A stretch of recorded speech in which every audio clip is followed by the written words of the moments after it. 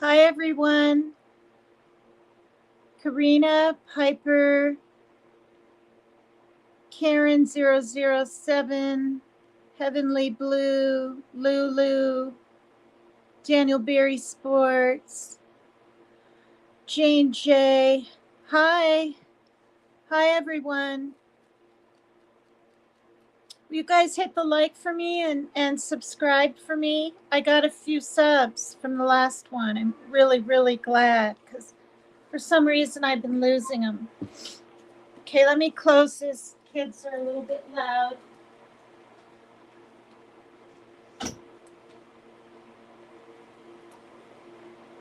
Here. Wait.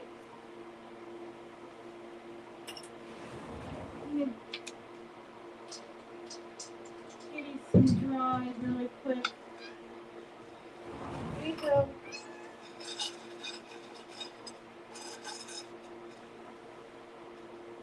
The other kitty's in here. Just a second.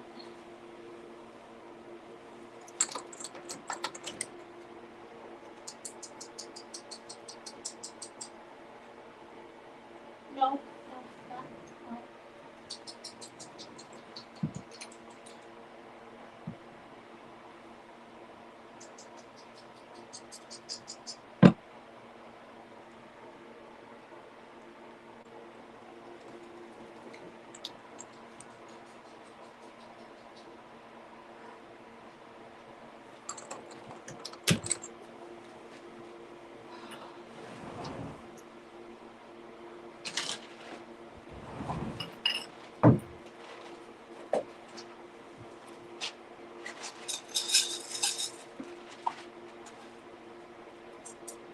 There you go, you little cuties.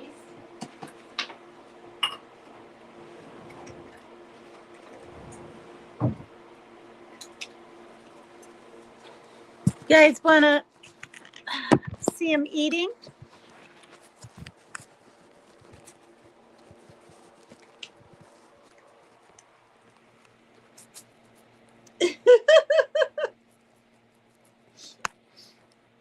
Aren't they funny? They all got their collars on.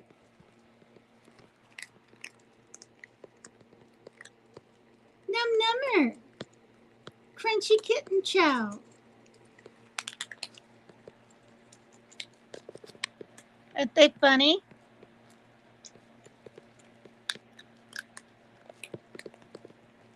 That's Tulip. That's Rain. Sunshine. Sunshine. And there's the mama, Suts. This is Sunshine.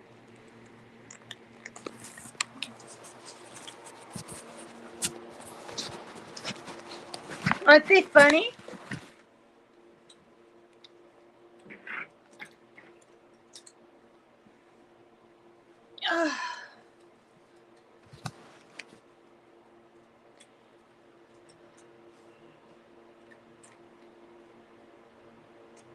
Aren't they cute?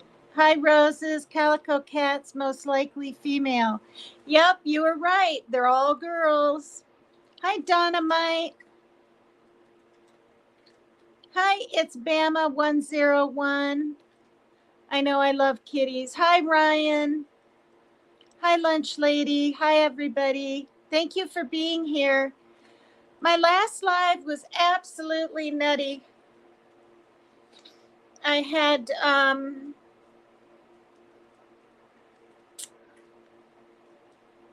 Morbid. I thought Morbid was in my chat, but he wasn't. He was a troll. And oh, look who's here. The tulips. Tulips. They're about 7 months old now. Here, you want to hang out up here? There you go. There you go. What was I gonna say? Oh, and then we found out it wasn't. Then people thought it was Rapper, and it's obviously someone else. And then they tried to come up on my panel twice. Yeah, cloned accounts. Hi, Mary Jane. Hi. right? So then it's a cloned account, and then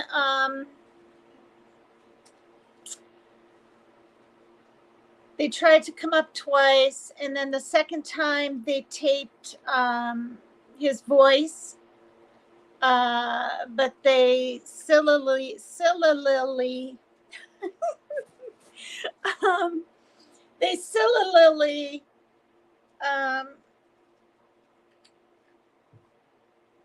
started with a taped thing that said November, da da da da da, right? We're not even in that month. That was a troll morbid. Yep. It was really weird. Thank you. Yeah, Lulu. Well, I came back a second time because I fixed my makeup. I like to do a little up in the corners, makes my eyes look a little bit bigger. Anyway, yeah, so I didn't even get to my crime ones, my drifting hippie guy that ended up becoming a killer, and the road trip men. I think that was 2 years ago. You guys know that story? I think they're from Canada, but I can't remember for the life of me. And they were young, and they took their own lives at the end of it. So, but I was also reading about delusions and hallucinations, and it's taken me forever to get to it. So,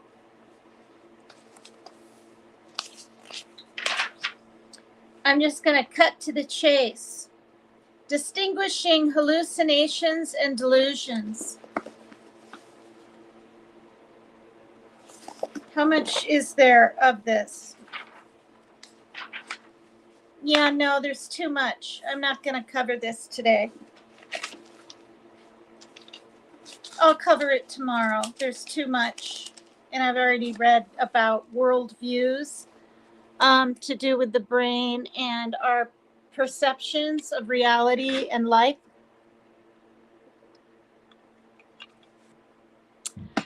No way. What are you doing back? That's not you. It's not you. They're back. So this is what we're going to do. See this? Morbid X? I don't believe it's him. I'm 98% sure it isn't. All I want you guys to do is hit your 3 dots if he or she harasses you. All right? Tevi, that's not morbid. Pretty sure. Oh, was it Canada? We're not going to time out. We're not going to block, okay? I don't think it's him. And I blocked this account 3 different times. Hi, Joan Marie. Hi there. Oh, gosh. What?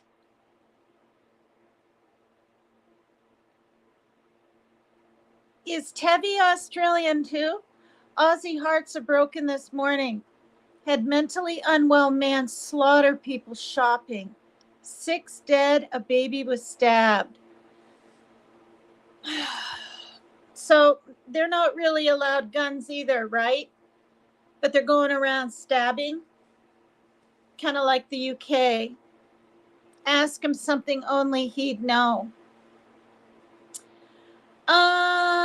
Well, I mean, one morbid came in with a wrench, one didn't. Rappers played around with that situation before, but it wasn't him. He wasn't playing around. I don't know what kind of question I could even ask because I don't know him that well. But they want me to put the link in again, I'm sure, because they already said before, put the link in and I'll prove it's me. Well, I had my overlay up, right? And I could tell the voice was not his low, deep, nice voice, right?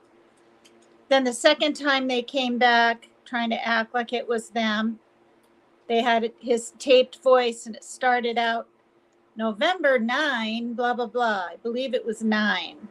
I knew it was taped. I knew it was taped without the date even being in there. You could just tell. So anyway, right. No, I know. I know he's canceled, but people are trying to say he's coming over here to say hi. Hi, Cleopatra 1383. Hi. Would you sub to me? I don't know why YouTube's taking some of my subs away for the past week. I need some subs so bad. If you would sub to me, I'd so appreciate it. Hit the like, everybody. Evie, Tevi, you look horrible today, or as per usual. Right, right. He would never say that to me. He actually likes my haircut. And it's finally growing out a little. So I'm just banned the user. No, Tina, I'm in California. Okay, did I know that? I probably even knew that. Aw, look who's crawling up here. Hi. All right. Whoops. Uh-oh.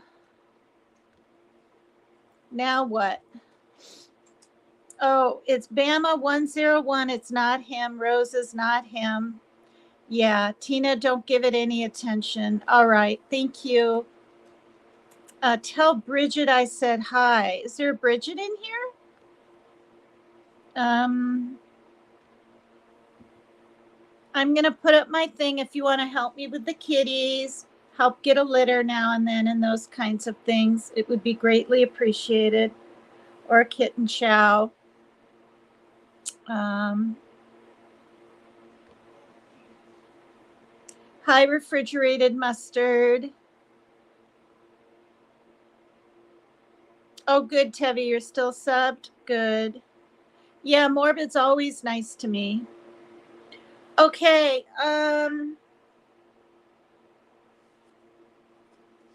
so I read from the Happy Book the last show. The last show was it an hour and a half? I don't know, I'm not really quite sure. But I'm going to look up this.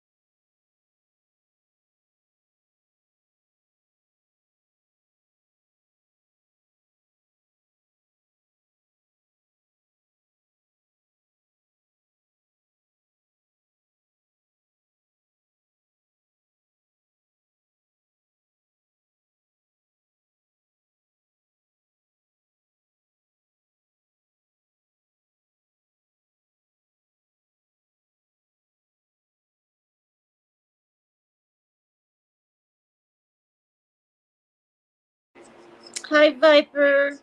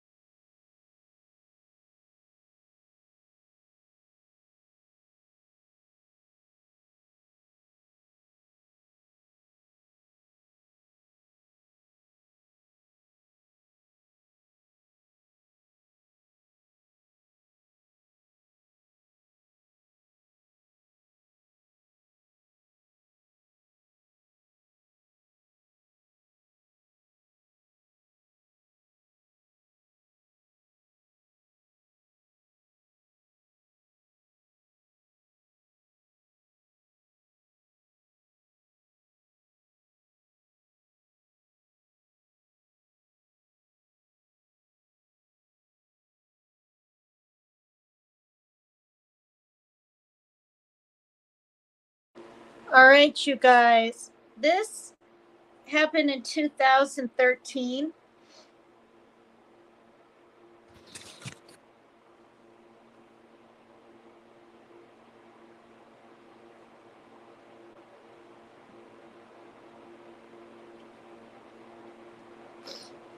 Okay. Any nasty comments? I'm giving you guys permission to ban Morbid or the Morbid X that comes in with if they have nasty comments. If they're not nasty, just ignore them. All right, so this is Caleb McGilvery. He was born in 1988. He was also referred to as Kai. He was a Canadian man. And he first became known from the internet viral video, Kai the Hatchet Wielding Hitchhiker. And this is why my other one was named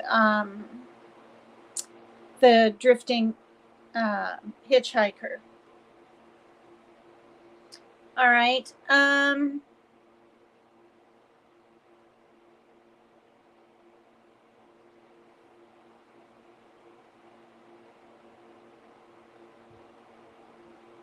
Wow. Okay, these are some pictures of him.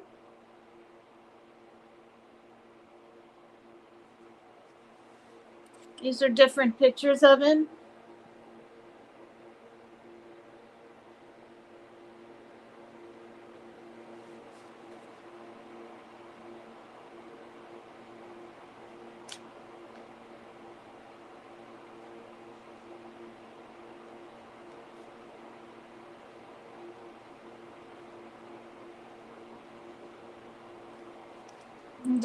One of him handcuffed.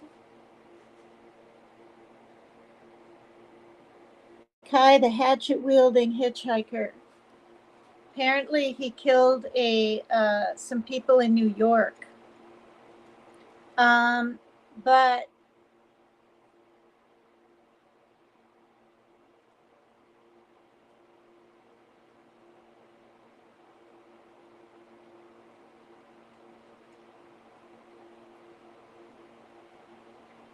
all right, so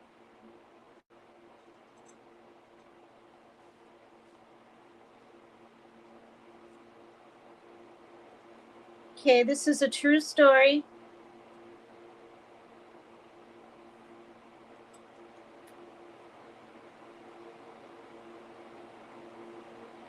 Oh, he killed a New Jersey lawyer.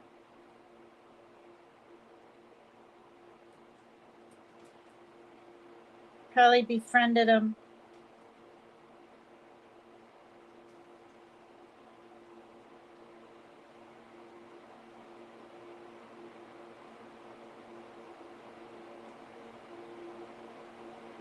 Okay.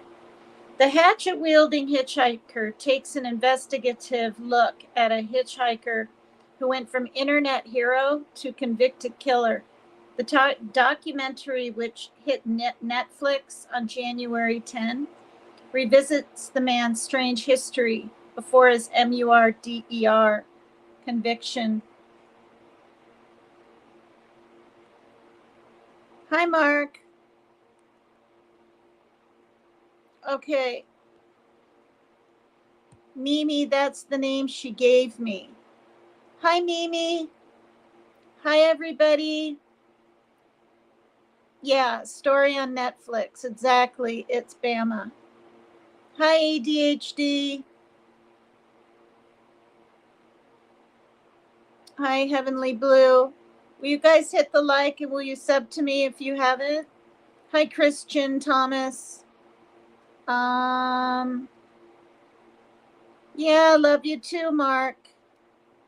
Thanks for being nice to me. All right.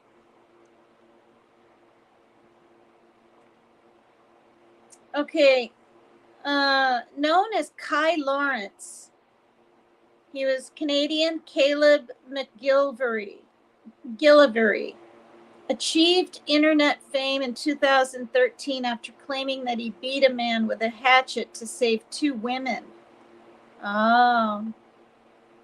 In the interview with a California news station, the bandana-wearing man claimed that the two women were at risk of being attacked by a man who had given him a ride through Fresno, California. So he said to a Fox affiliate, KMPH, "So I effing ran up behind him with a hatchet. Smash, smash, smash." That's what he says. With his scruffy and charming demeanor, the foul-mouthed drifter conjured up millions of YouTube views and even made an appearance on Jimmy Kimmel Live days later. Wow. According to a 2019 NewJersey.com story, in the parking lot of the show, he apparently urinated on a poster of Kimmel. What? While Kimmel apparently tried to give the houseless man cash. McGillivray gave it to a security guard for the show, citing the urination trouble he caused. Wow.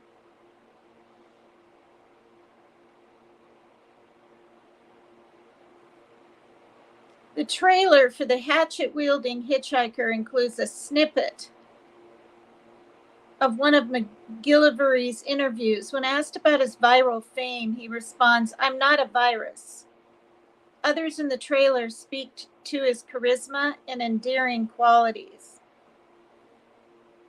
He looks really young. I wonder how old he is. McGillivray's life took a much darker turn from there, as he was sentenced to 57 years in prison in 2019 for the MURDER of 73-year-old New Jersey lawyer Joseph Golfi. Prosecutors claim he met the attorney in Times Square months after he had gone viral. Hi, Medusa. Hi, everyone. Yeah, he became a media darling there for a while. Yeah. Viper undid your hiding of Morbid? Rogue mod alert. Okay, so Viper isn't even the real deal now either?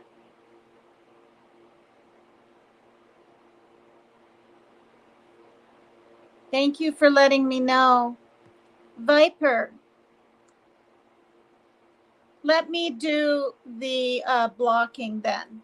From this point on, everybody, I'm going to do the blocking and the timeouts.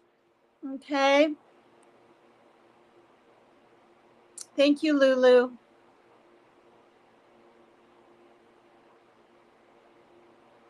Well, remember, there's a Morbid with a wrench and one without. And neither of them are him. Neither of them.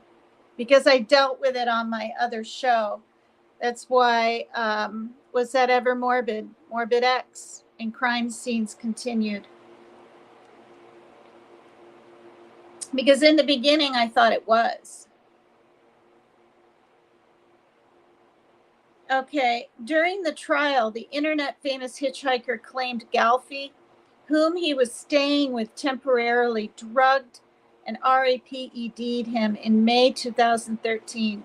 He maintained that the killing was done in self-defense, though prosecutors said the violent nature of the MURDER. Galfi has suffered numerous serious blunt force injuries to his face, head, neck, chest, and arms. Trigger warning in the chat, okay, you guys? Thank you.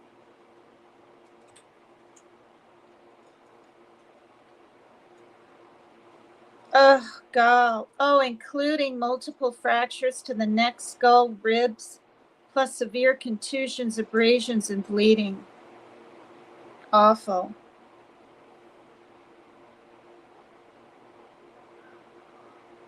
Wow.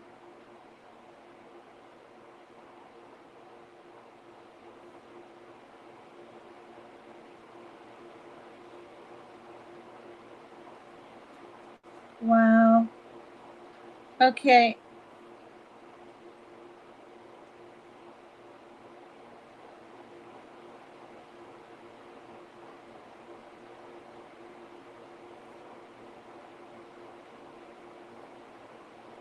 All right, so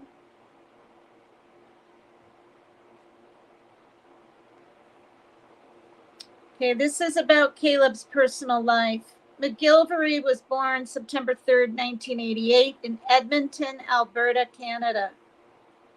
That's on this end of Canada, near Washington State end.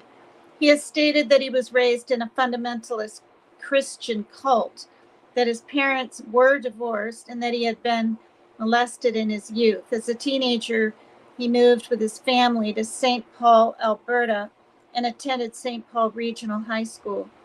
McGilvery has also stated that he adopted the name Kai after taking part in a spirit walk while living on an indigenous reservation. Prior to the Fresno incident, 2013, McGilvery had been living as a transient, which he has described as home free. He stated that he did not have health insurance, a social security card, a driver's license, a passport, or any official form of ID. The Fresno incident.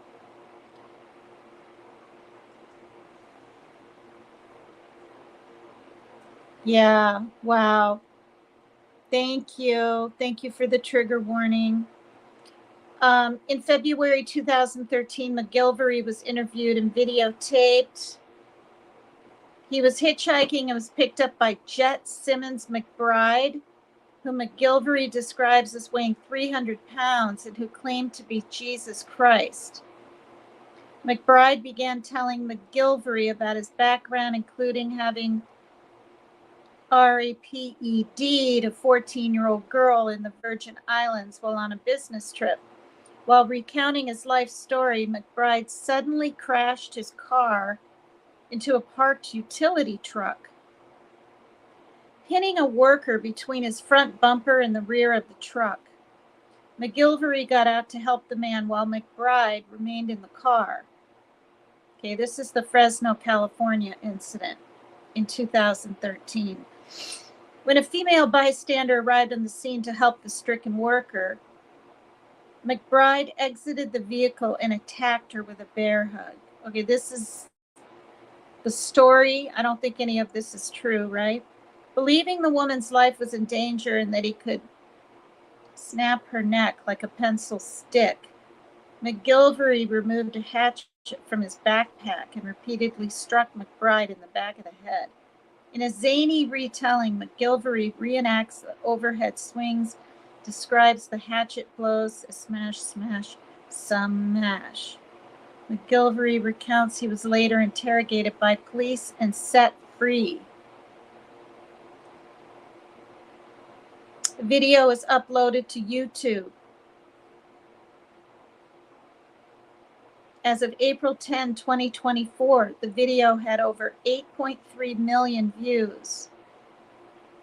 The Gregory brothers sampled the interview and turned it into a song, furthering the video's reach.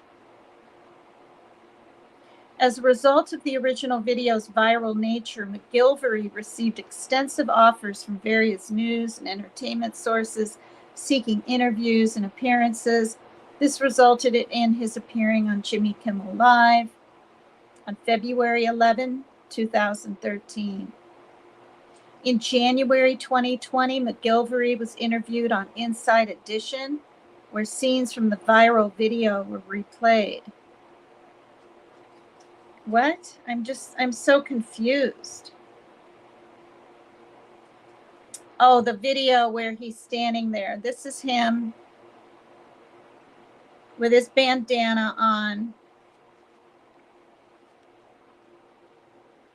acting out things like he's a hero. Okay, there he is.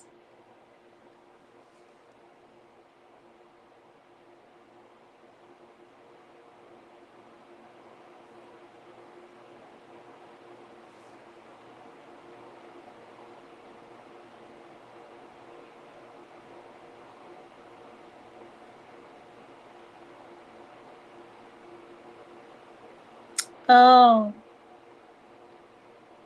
this man offered him a place to stay for one night that he ended up killing.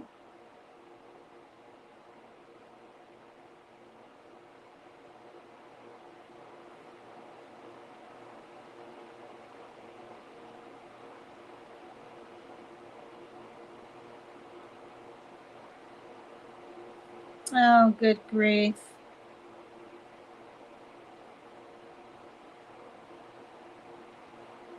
Oh my gosh, you guys. Okay, so this is the MURDER conviction. I'm just going to read what he says. Hi, Babaloo. Hi, everybody. Hi, Sherry. McGilvery was arrested on MURDER charges on May 16, 2013 for the death of New Jersey attorney Joseph Galfy. According to McGilvery, Galfy offered McGilvery a place to stay for the night, only to drug and RAPE him. McGilvery maintained he fought with Galfy in self-defense. Police said the sexual encounter was consensual and the MURDER premeditated. McGilvery contended that the viral video in California, he had no need to have sex like men like Galfy, whom McGilvery described as unattractive, stating, "Do you know how many hot chicks? Never mind. Even if I was gay, do you know how many hot guys wanted to F me after that shit in California? I'm not even being vain. It's just a fact. Like, no offense, but he, Galfy, was not a looker." In July 2013, McGilvery was hospitalized after suffering from self-inflicted wounds while awaiting trial at Union County Jail in New Jersey. After the MURDER charges, viewership of the Fresno meme video increased substantially, broadening its viral reach. Fans of the video, who considered McGilvery a hero for saving the woman, raised a legal fund for the New Jersey case. McGilvery was imprisoned for over 5 years while awaiting trial, which began April 1st, 2019. McGilvery took the stand in his own defense and was combative during cross-examination. He had an outburst during his defense lawyer's closing arguments, nearly leading to his expulsion from the courtroom. A jury found him guilty of first-degree MURDER. He was sentenced to 57 years in prison. He is to serve 85% of that term, roughly 43.5 years after accounting for the 5 years of pretrial confinement, before the possibility of parole, with the judge telling McGilvery, "When you become eligible for parole, you will still be younger than Mr. Galfy was when you MURDER'd him." Galfy was 73 at the time of his death. McGilvery appealed the conviction, alleging 15 instances of misconduct, abuse of discretion, and ineffectiveness of defense counsel, but the MURDER conviction was upheld by the New Jersey Appellate Court in August 2021. Good.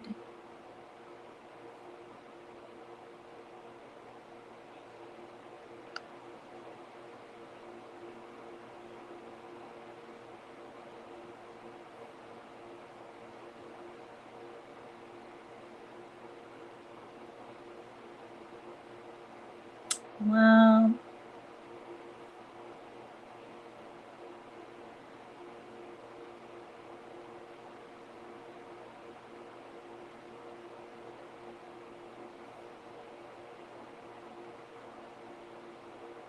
Okay, is this a picture or is this a video? Let's see what this is.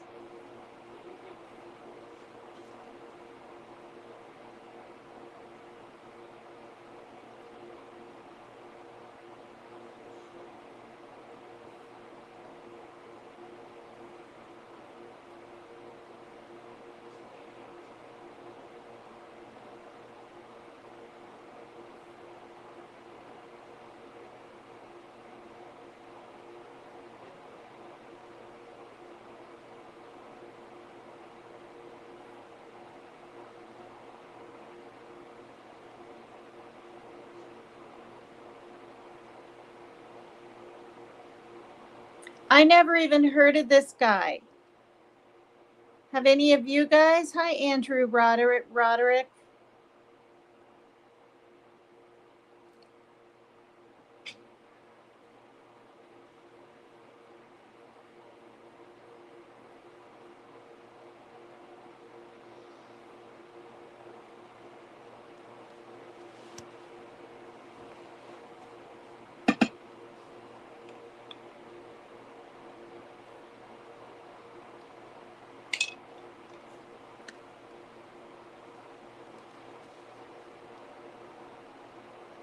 All right, why does this want to move so slow?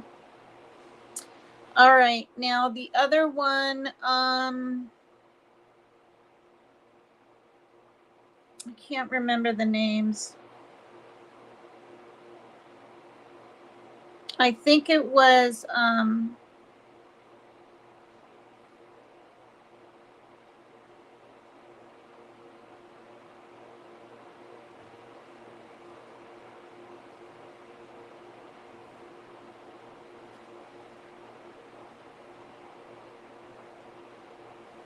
look at that.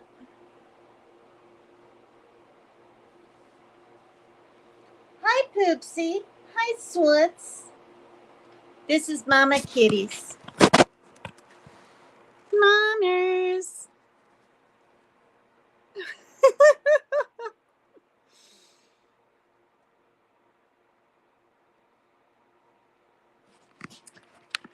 She's a total Maine Coon.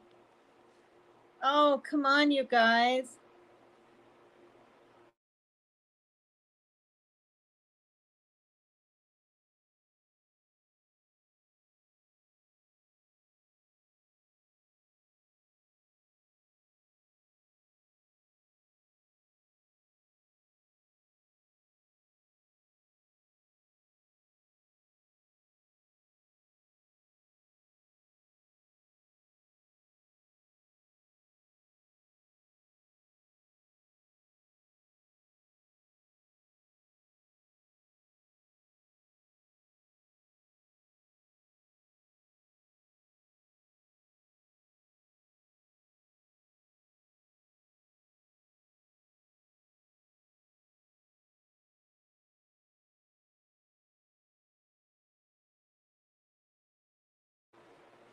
What a bummer, you guys.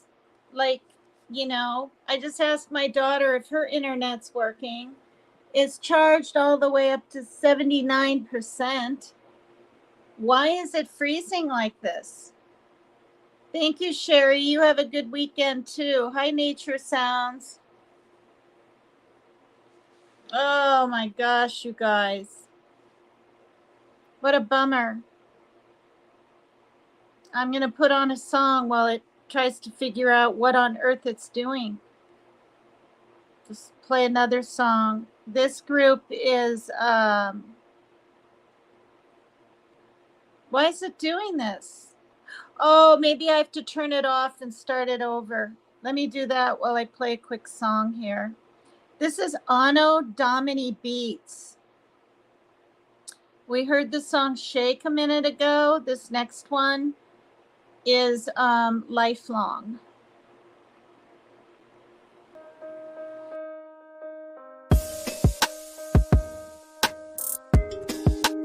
So I'm going to turn this off.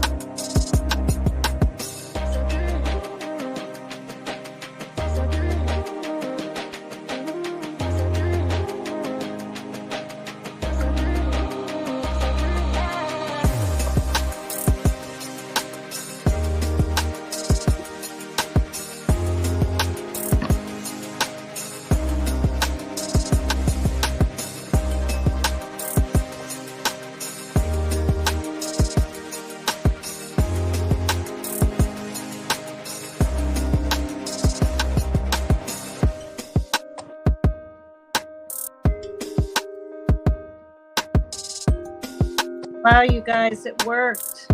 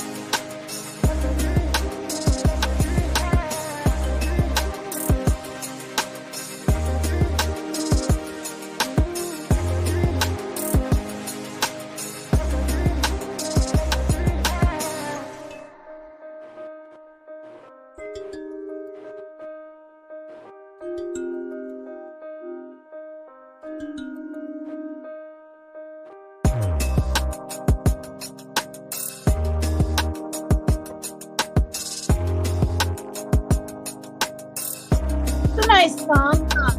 Thanks, Heavenly Blue. I like this song.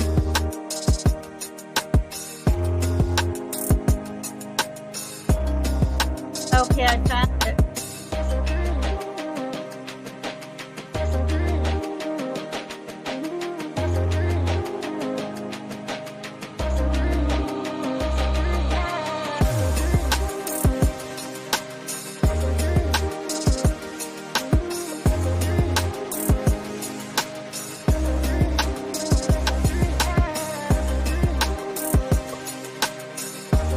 Wow.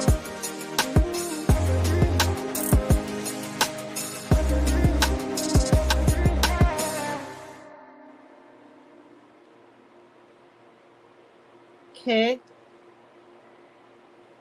Okay, so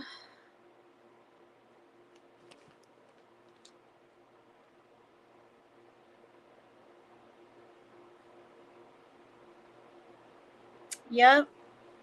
China Deese 24, Lucas Fowler 23 were MURDERED'd in an attack that later led investigators to Leonard Dick's body hundreds of miles away. Dick as in DYCKS. Like many young couples in love and in the spirit for adventure, China Deese and Lucas Fowler only wanted to have a good time when they set out on a trip across Canada. But instead, Deese 24 and Fowler 23 were shot dead under what can only be described as horrific circumstances in an attack that would lead investigators to the body of 64-year-old Leonard Dick, hundreds of miles away and on a hunt for two teens feared responsible for the killing spree. On August 7th, the two teens were found deceased.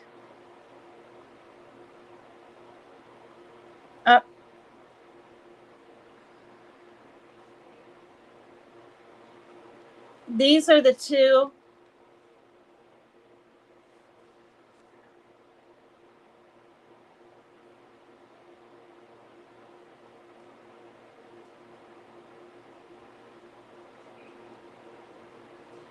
Okay, this is I'm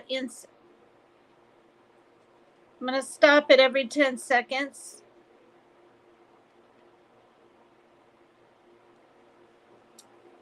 This is them hugging outside of their Volkswagen bus. I'm going to take this off. And I'm going to stop it every 10 seconds because this is Inside Edition. Can somebody put copyright disclaimer for me in the chat, pretty please? And I'm going to turn off the fan so we can hear it.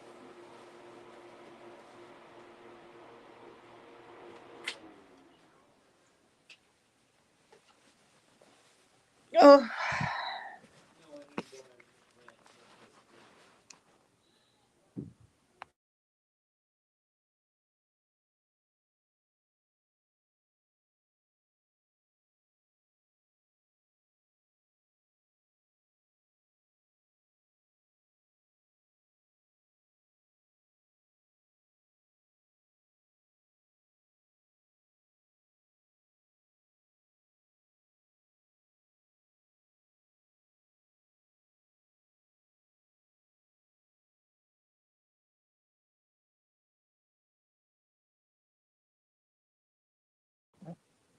Okay, I'm going to stop it every 10 seconds or so. Well, I need a little more than this written. Can somebody put the entire copyright or I'll just read it?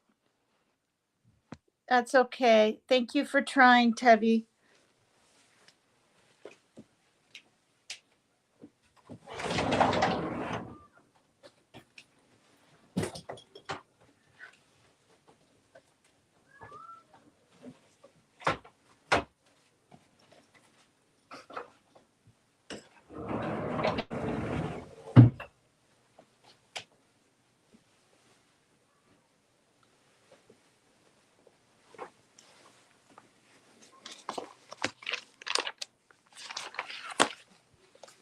Copyright disclaimer under Section 107 of the Copyright Act of 1976. Allowance is made for fair use for purpose such as criticism, comments, news reporting, teaching, scholarship, and research.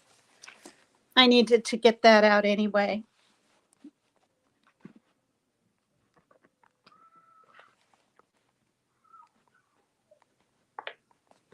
All right.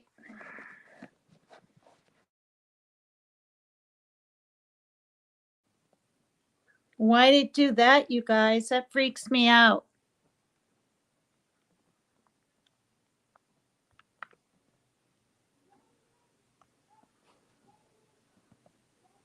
Lovers whose idyllic romance was about to end in tragedy. 36 hours after they were captured on this surveillance video, the bodies of China Deese of Charlotte, North Carolina, and her boyfriend Lucas Fowler were found on a remote stretch of the Alaska Highway, 200 miles from the gas station where they made their last known pit stop. The just-released surveillance video shows the pair pulling into the gas station in Fort Nelson.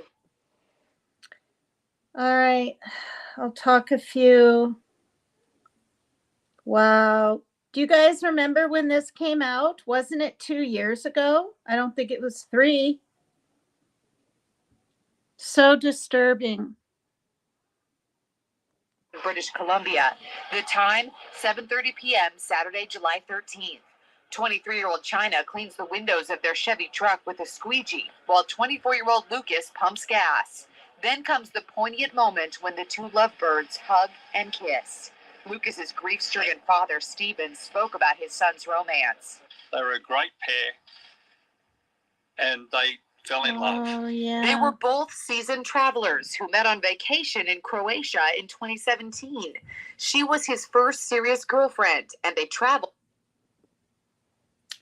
Oh, yeah. So they were from Australia? It sounds like that's Australian, right? Or he was, at least. There's some more pictures of them. Yeah. All over the world together, even though they lived 10,000 miles apart. Lucas is Australian. They became an inseparable pair. You know, it's a love story that's ended tragically. It really is. It's the worst ever love story. Reporter Ashley Mullaney of 7 News Australia is covering the story in British Columbia. Lucas had been working at a cattle ranch here and hoped to show China the area that he was working. She was still living with family in North Carolina, but from what we've been told, they were desperate to get back together and live in the same city. They were just so in love. Embrace a tender kiss. Young lovers.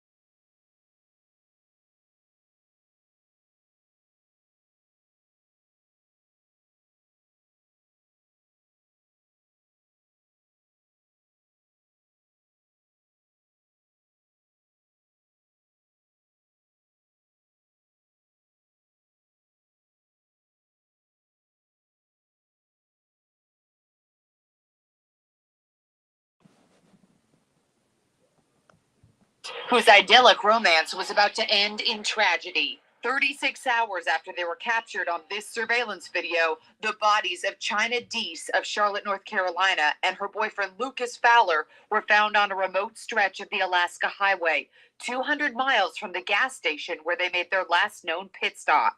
The just-released surveillance video shows the pair pulling into the gas station in Fort Nelson, British Columbia. The time, 7:30 p.m. Oh, we Saturday, already July saw 13th. this? 23-year-old China cleans the windows of their Chevy truck with a squeegee, while 24-year-old Oh, good grief. Lucas pumps gas. Then comes the poignant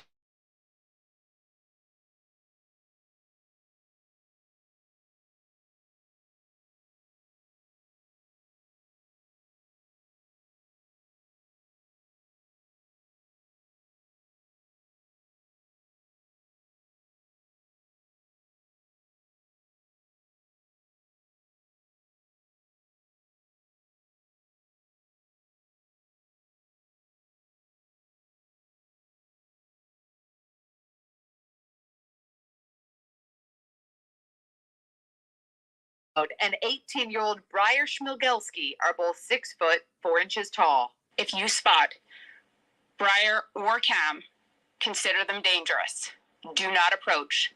Take no action and call immediately 911.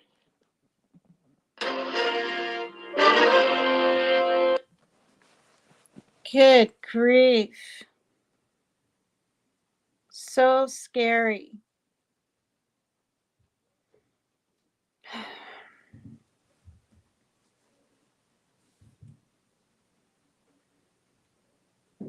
So she was from the Carolinas.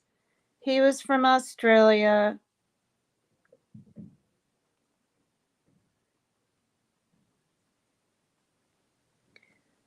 On July 14th, on Sunday,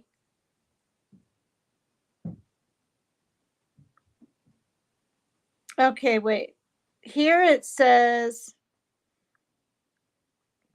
Deese planned to one day travel to Australia to meet Fowler's family as well, but this summer only had to travel to Canada to be with her boyfriend. Fowler, her boyfriend, had secured work on a ranch in northern British Columbia, and during Deese's trip to visit him, they planned a 3-week road trip that would take them to several national parks in the region. They embarked on their journey that Saturday. Sunday, July 14th, Deese and Fowler experienced car trouble that left them stranded alongside the road only one day into their journey, according to a witness. Sandra Broughton and her husband, a mechanic, were traveling on the Alaska Highway 97 when they spotted the couple's camper van pulled over with its hood up about 3:30 p.m. on a Sunday. The young couple were sitting in chairs alongside their van and eating when Broughton and her husband offered to help. Fowler said the van's engine was flooded and they were waiting it out. The guy knew what he was doing and he was confident they would be okay, she told CBS News. They didn't seem in distress. They seemed like a young couple in love, just on their road trip in their van going north. By the next day, Broughton would hear the news that would leave her questioning her and her husband's decision to continue on their way. Monday, July 15th, Deese and Fowler's bodies were found in a ditch not far from their van, which a witness told CTV had its window blown out.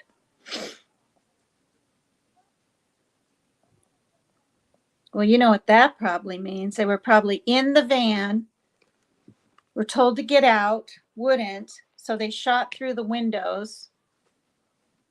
I don't know. So scary. He had no shoes. The young lady had one. The scene was grisly. Police in Fowler's hometown echoed Pierre's assessment of the scene. Fowler's own father serves as an officer in the New South Wales police force. Oh, wow. Said he was told the couple were killed under what can only be described as horrific circumstances. Officials in Canada at first would not say how the couple was killed, but said their deaths were being investigated as homicides. Sunday, July 18, police officially identify the bodies of Fowler and Deese. Oh gosh, Deese's father, Dwayne Deese. Okay, this is the girl's father. Catlina Martinez, where's your leader? No, he's not my leader. We're not even really friends anymore. I mean, I wish him the best, but I don't know. His channel either got taken down or he took it down about what, 4 days ago now? I know, Tevi. It just, I mean,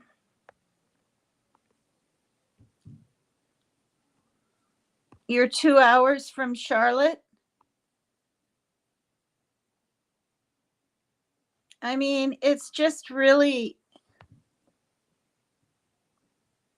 oh, thank you.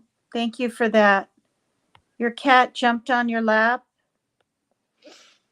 Why does this thing keep going off? It never used to do this. All right. Now, on Sunday, Dwayne Deese told the Charlotte Observer he believed the amount of time it took to identify the bodies of his daughter and her boyfriend spoke to the violent end they met. He said this also led him to believe all forms of ID immediately accessible were taken. Investigators eventually found China's passport hidden in the van, said her brother, British Deese. Oh, his first name's British. Though he shot down the theory the couple were victims of a serial killer, Dwayne said, what worries us is that person's still on the loose. They have a head start. This is going to happen again. All right, this was back then. These young men were the perpetrators. These young guys they showed a couple minutes ago, leaving a store, I think they were, and they took their own lives. But still, that doesn't give the families justice at all, right? Okay, what's going on? Oh, hid the messages. Tevi, she accidentally. China's brother took to social media to express the pain he and his family were experiencing. 24 hours ago, I found out why my little sis didn't text me back. She is so deeply woven as a piece of my childhood and everyday life. I am forever indebted to her for being such an amazing life companion and giving me so many reasons to smile.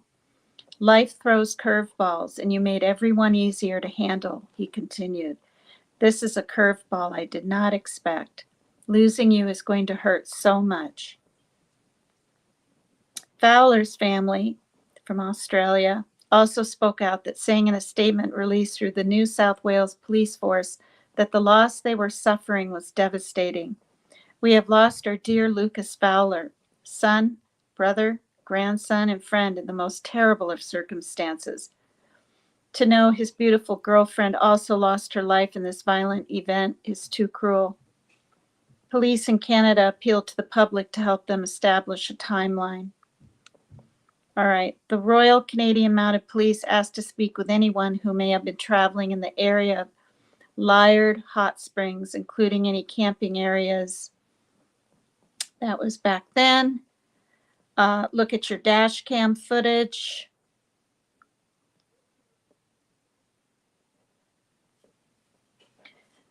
Fowler's family, as well as several officers with the New South Wales Police Force, were traveling to Canada to be closer to their son. These investigators are here in support of the Fowler family and will not form part of our investigation team here in Canada. So this is when they were looking for the perpetrators.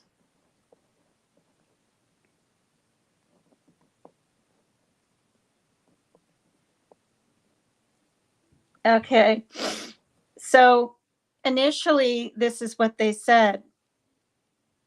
At this point, we have nothing to indicate that the deaths are linked to any other active and ongoing investigations in the area, or if there is a heightened risk to public safety. Our investigators will consider any and all information carefully as the investigation progresses. It appeared authorities spoke too soon, as that same day the body of a third person was found not far from a flaming vehicle of two men soon discovered to be missing. Okay. It had been several days since the families of Cam McLeod, 19, and Briar Shemigelski, 18, had heard from the young men when investigators discovered their pickup truck ablaze south of the Stikine River Bridge on Highway 37. So see, these are the two guys, young, 18-year-old and a 19-year-old. The young men, both from Port Alberni in British Columbia, were believed to have been traveling to Whitehorse in the Yukon, Territory to look for work and may have been without cell phone service for portions of the trip.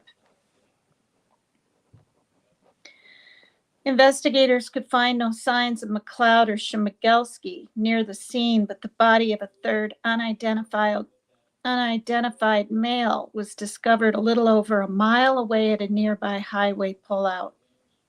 Though both Fowler and China's MURDERSs in the incident involving McLeod, Shemigelski, and the unidentified body occurred in the same region, they were about 290 miles apart from each other, and officials at the time said it was not immediately clear if the cases were connected. Sunday, July 21st, another witness who said they saw Fowler and China alive Sunday described a tense scene that something in her gut told her to avoid getting involved. Alondra Hull said she saw a bearded man who appeared to be arguing with the couple along the remote stretch of highway hours before they were found dead. Yikes. To me, he kind of looked frustrated or something. Hull said of the man to 9 News, like he was just kind of standing like this and just looking at them. Hull said Fowler and China looked bothered by the man, and the interaction gave her a bad feeling. If you just get a bad feeling, and that's what I had, you just don't stop, she told the television station. Hull said police asked her to work with a composite sketch artist to create a likeness of the man she said she saw speaking with the couple. That same day, China's mother spoke about her daughter and the way in which her death was haunting her. While I want to know the details, it's not going to change my outcome at all. My outcome is I have one less child. China was an avid traveler who also loved to volunteer and give back to those in need. Her mom said, I'm trying to hold on to my memories and really not let my mind get much past that.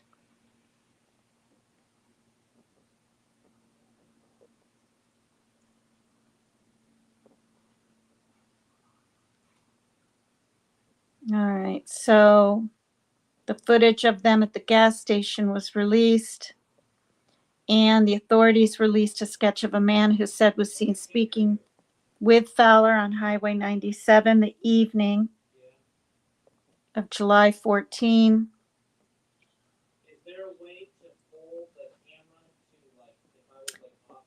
He appeared to have a beard and was wearing glasses. They said he was possibly traveling south in an older model Jeep Cherokee with a black stripe on the hood. Yeah, that's when those people killed some other people and stole their Jeep.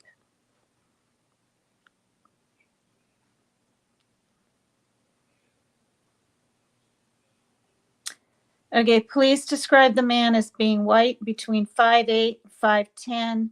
This is the body that was found near the burning car. He had a heavy build, a gray beard, and gray hair, was between the ages of 50 and 60.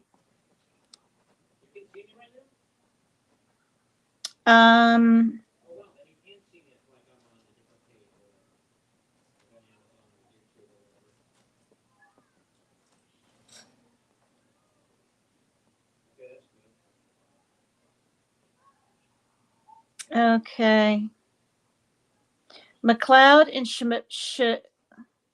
Shemigelski by Tuesday, July 23rd, in the killings of Fowler in China, and the unknown third man whose body was discovered near the missing pair's flaming van were named suspects.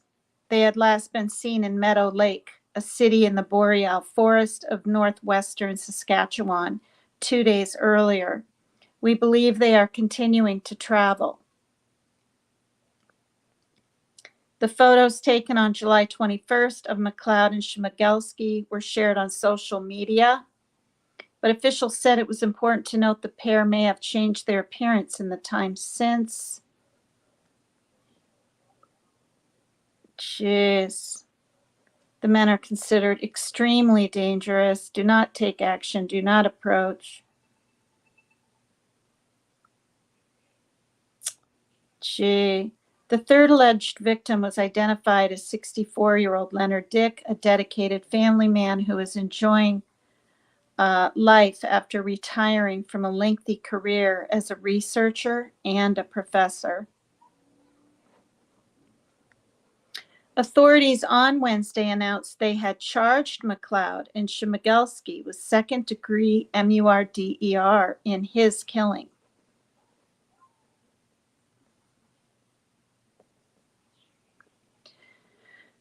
This man, this former professor, was listed in the University of British Columbia as this sessional lecturer in botany. Those who knew him at the university were shocked and saddened to learn of his death. Botany is plants, right, you guys? Hi, Tupac's wife and Brianna Monin. Botany is learning plants, right? I did not know you were live. I came back a second time because I wasn't able to get to these stories. I had to make the tacos that I promised. And when I say I'm going to do something a certain time, I like to stick with that, because then if I have to make it a certain time, I'm believed. Hi, Sunflower Darkness. Hi, everybody. Well, thank you. That's very nice of you. Hi, everyone.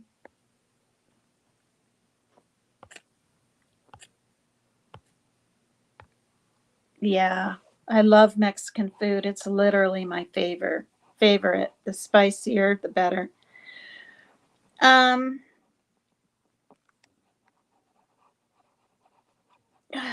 Gee. He loves surrounding himself with nature and could often be found camping, both with his family and by himself.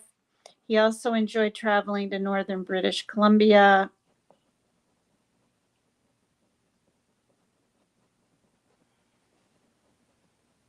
Wow. The father of McLeod's father, one of the killers, released a written statement calling his son a kind, considerate, caring young man who always has been concerned about other people's feelings. He says, "I'm sitting at home worrying about my son. As we are trapped in our homes due to media people, we try to wrap our heads around what is happening and hope that Cam will come home to us safely so we can all get to the bottom of this story." See, all this kind of violent crap affects the parents too, you know? Oh, is it your favorite? I know. I'll even put jalapeno peppers. I mean, the kind you buy in a jar with like the vinegary flavoring to it on my scrambled eggs. Shemigelski's father also spoke out, saying in an emotional interview that he fears his son will be dead soon. "He's on an unaliving mission," Dad Alan Shemigelski said in an emotional interview with the Canadian press. "He wants his pain to end. He wants his hurt to end. They're going to go out in a blaze of glory. Trust me on this." Breyer's father said he was very introverted and in very serious pain having struggled after his parents divorced when he was 5 in 2005. He and his mother moved to the Vancouver Island community of Port Alberni, where he met McLeod in elementary school. The pair became inseparable and were good kids. Breyer had problems at home and briefly lived with his dad in Victoria when he was 16 before returning to Port Alberni to live with his grandmother, his father said. His influences haven't been good. His influences have been YouTube and video games.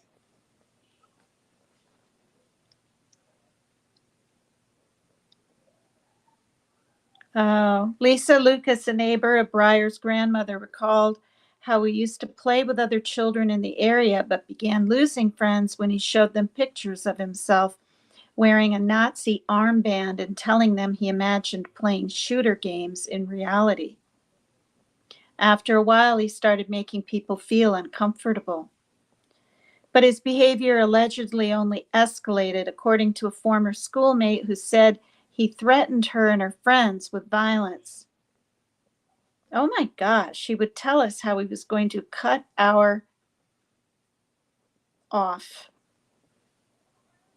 After graduating from high school, Breyer worked at a Walmart, but told his father he was disappointed with the job and said he and McLeod were going to travel to Alberta to look for work. Okay, so he told the parents, hi, Artsy. Hi, Truth Seeker. He told the parents that him and his friend were going to look for work. Before leaving, Breyer bought a black suit with the money he made at Walmart. Now I realize it's his funeral suit, his father said. Basically, he's going to be dead today or tomorrow. I know that, he added. Rest in peace, Breyer. I love you. I'm so sorry all this had to happen.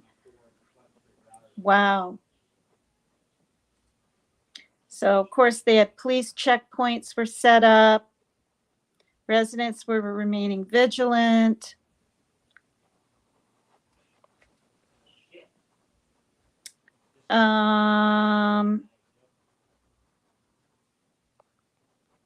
If they were wandering around in the bush, they couldn't have picked a worse time because the sandflies came out 3 days ago and they're just voracious, Deputy Mayor John McDonald told reporters. I'm quite sure they'll be more than happy to have someone find them. Friday, July 26, McLeod and Breyer were believed to be on foot as they continued to evade authorities in Canada. Okay, so this happened, Saturday they were getting gas. It happened on Sunday, Monday, Tuesday, Wednesday, Thursday, Friday. 5 days later, they still haven't caught him. The Royal Canadian Mounted Police were using dogs and drones in the search, which includes extremely rough terrain.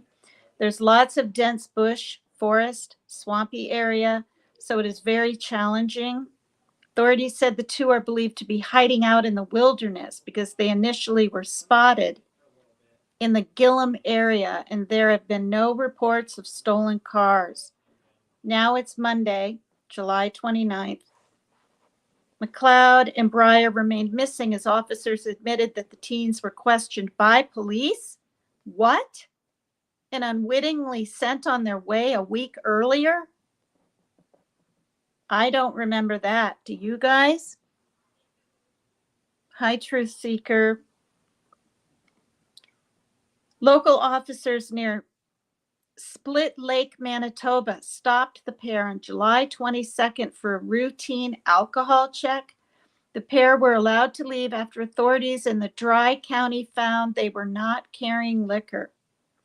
We weren't aware of their statutes of them being wanted.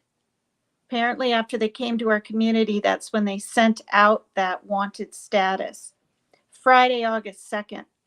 The hunt for Breyer and McLeod extended to the water as authorities in Canada discovered a damaged boat that some fear the pair tried using to evade capture. Yeah, aren't they found like by a riverbank or something, you guys? I can't remember. A dive team was dispatched to search the Nelson River near the Manitoba town of Gillam after officers in a helicopter Friday spotted an aluminum rowboat on the shore. Saturday, August 3rd now. Now we're in August 3rd. 5 members of the RCMP underwater recovery team on Saturday conducted a thorough underwater search of significant areas of interest in the Nelson River, which is about 400 miles long and stretches between Lake Winnipeg and Hudson Bay. Monday, August 5th. Now it's been a little over a week. It was not immediately clear what, if anything, was found during the search, which by Monday police announced had been completed. They will not be conducting any additional dives. Breyer and McLeod's last known whereabouts were about a week ago. Wow, I forgot. I thought they were like captured within 3 days. I forgot. Yeah. Yeah. Me too, Tevi.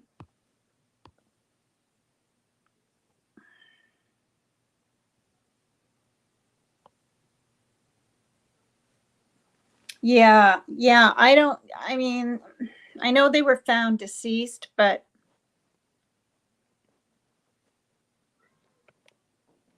everything is possible at this stage, RCMP Assistant Commissioner said the week prior, noting it's possible they may have had assistance leaving the area or that they could also be dead. The north part of the province is a very unforgiving place. We are keeping all possibilities in mind as we go forward. Wednesday, August 7th, authorities in Canada announced Breyer and McLeod's bodies had been found. The search is over. Officers discovered the remains at 10 a.m. local time near the shoreline. I was right. I can't believe I remembered that. The shoreline of the Nelson River, about 5 miles from a burned vehicle they are believed to have used in their attempts to evade capture. Police said on Twitter Wednesday a discovery made Friday was instrumental in locating McLeod and Breyer's bodies.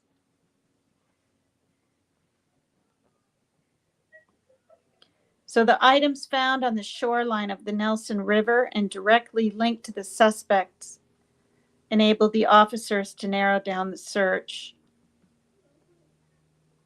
Specialized RCMP teams began searching nearby high probability areas, leading officers to the discovery of the 2 male bodies in the dense brush within a little over half a mile from where the items were found. Residents in Gillam and surrounding areas, including the Fox Lake Cree Nation, Ilford War Lake First Nation, and York Landing, had been on high alert in case they spotted an unknown vehicle or persons, vigilance which RCMP Manitoba acknowledged. Your lives have been disrupted. Many of you lived with uncertainty and fear, but throughout you were resilient and helped our officers get the job done. It was a search that could only be successful if we had strong public engagement and support. Police revealed that McLeod and Breyer died by unaliving themselves by gunfire. The Manitoba medical examiner also confirmed the identities of the remains. The police said the teens had been dead for a number of days before their bodies were discovered. However, police said an exact time and date was not clear.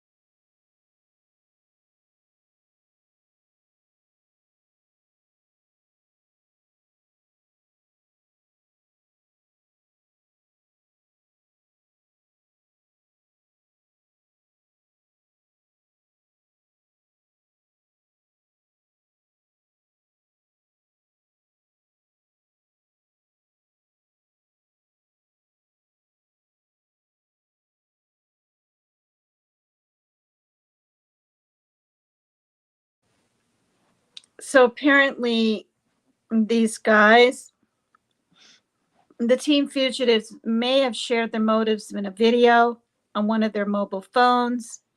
According to a report, McLeod and Breyer left a last will and testament video message before taking their own lives. A family member of one of the suspects told the Toronto Star. The two teenagers reportedly said goodbye, gave instructions on what to do with their remains. In the approximately 30 seconds of footage investigators shared with loved ones by the Royal Canadian Mounted Police. 30 seconds of footage. The RCMP were believed to be in possession of the full video recording, which was longer than what was shared with the suspect's relatives. Okay. The video could be the key to explaining what led the teens to brutally murder Deese, Fowler, and Dick.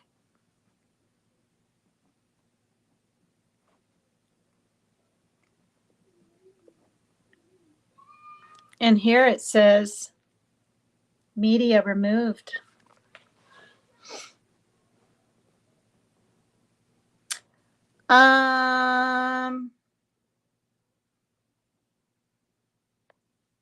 The wrenched wrapper? Yeah, but wrapper has a wrench. I gave wrapper a wrench. You don't think that's wrapper either?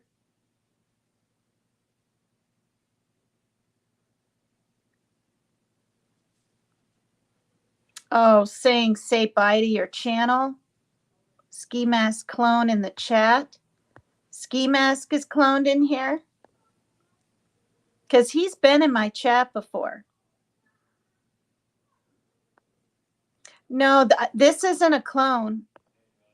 He really does have a lightning or a bolt and a tiger behind it. But why he would say I love you, I don't know. Do not time or block Ski Mask, okay? Thanks, you guys. Yeah, I got my ring at Goodwill. I don't think he'd say that stuff. I checked the channel. Is that him? Oh, no followers in the account of Rapper or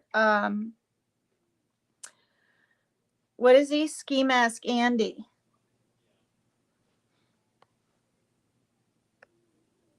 Hi, everybody. Thank you for being here. That's not Ski Mask? That's not Ski Mask. I click on the accounts to see if they're real. Okay. And Medusa was talking about Rapper. Okay, so let me go to Ski Mask and ban user and delete their comments.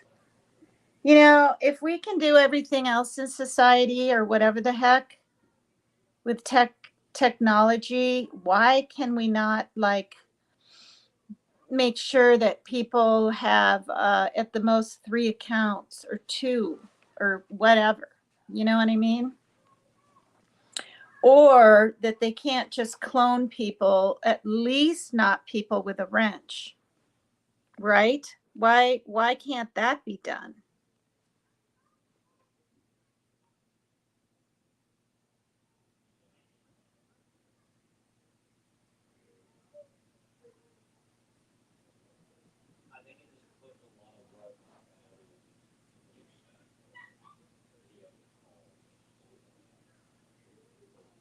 Oh, good grief.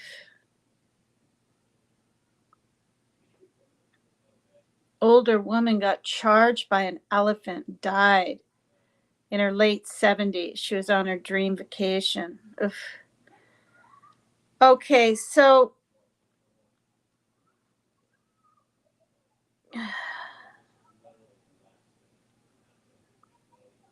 wow.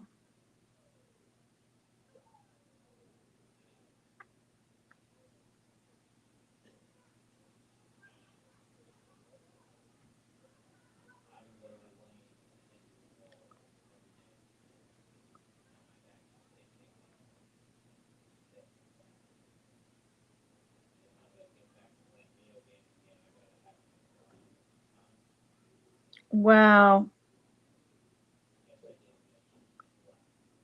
What?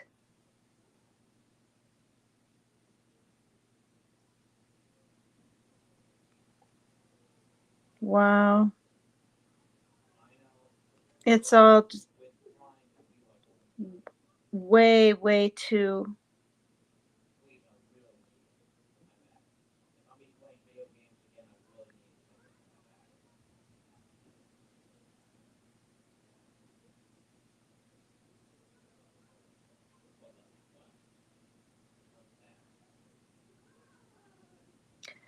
All right. So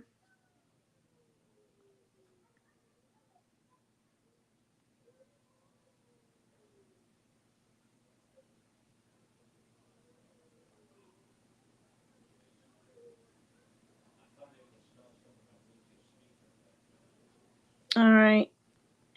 Well, you guys, that's an hour and 40 minutes. I'm gonna call it good on 2 programs. And thank you for being here. Thank you very much.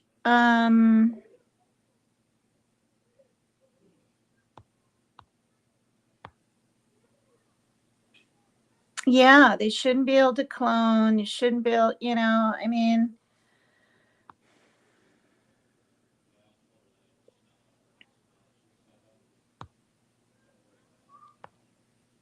all right. Hi, Halloween baby. Thank you, everybody. I love you guys. Thank you for the subs. Please sub up to me if you haven't. And please hit the like. Thanks, you guys. Thanks for coming to PCT is Extreme. Bye for now.